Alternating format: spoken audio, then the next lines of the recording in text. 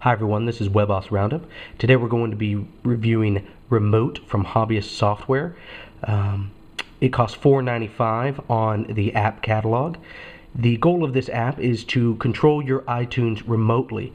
With that said, I have a caveat. I am one of the 7 people in the world who own a Zune, so as such I am not an iTunes aficionado, but I set everything up from scratch, so it was actually a pretty good test. I had to download iTunes itself, and then I had to download their little helper here that is required in order to control iTunes. So once everything was set up, there's an auto pairing that you can do once you have everything on the right Wi-Fi, and they give you a code when you download their software, and then you can simply pair it, and it works pretty well. We'll get to a few caveats that I ran into in a little bit. So the goal of this again is to control your iTunes. So this is really cool if you're having a party or something and you have a playlist in the background and you just want to change the song, or you're just playing songs throughout your computer, you know, it's your main stereo. It is a very handy tool for that, but it is very niche. So if that's not something you're doing very often, then it might not be worth purchasing. But for what it does do, it's very, very cool, as we'll see in a second. So once you're paired up, you can open the remote, and you can see here is the songs that you have here. You can see you got a little album art. You can see I'm already playing it. You can go and check some IMDb information about the song or the movie if you're watching it. You can also have the news, which I think is a very cool feature, and I hope most developers will actually start doing this. It's basically an RSS feed in the app that shows you what's going on with Hobbyist Software. That's very, very cool, and I hope more devs do that. We have this is basically everything that iTunes has. You can see all the different stuff. Now of course my stuff isn't loaded very much, but you can see my music. I've got a few things going on here. Bob the Builder for all the people with children there.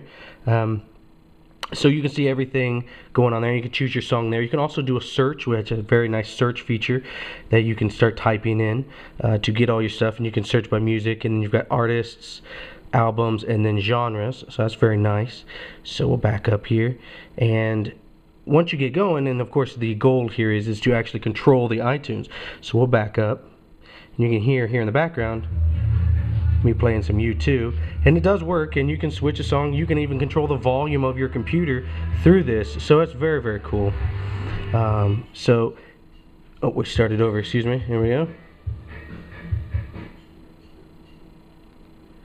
So that is basically it. It is a very cool app. It serves a very singular function, like most do. The caveat that I was noticing about the setup was it cannot turn on iTunes. I believe it's supposed to, but I was not able to get that working.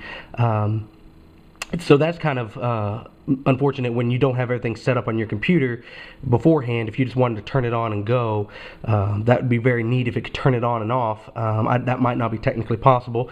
Apple keeps a pretty tight ship, so they might not let you do that sort of thing. Another thing that I noticed was it didn't store my code to pair, so I had to keep typing it in. Now it's only 4 digits, so it's not a big deal, but those are just some things that you might want to keep an eye on if you're interested in this kind of software.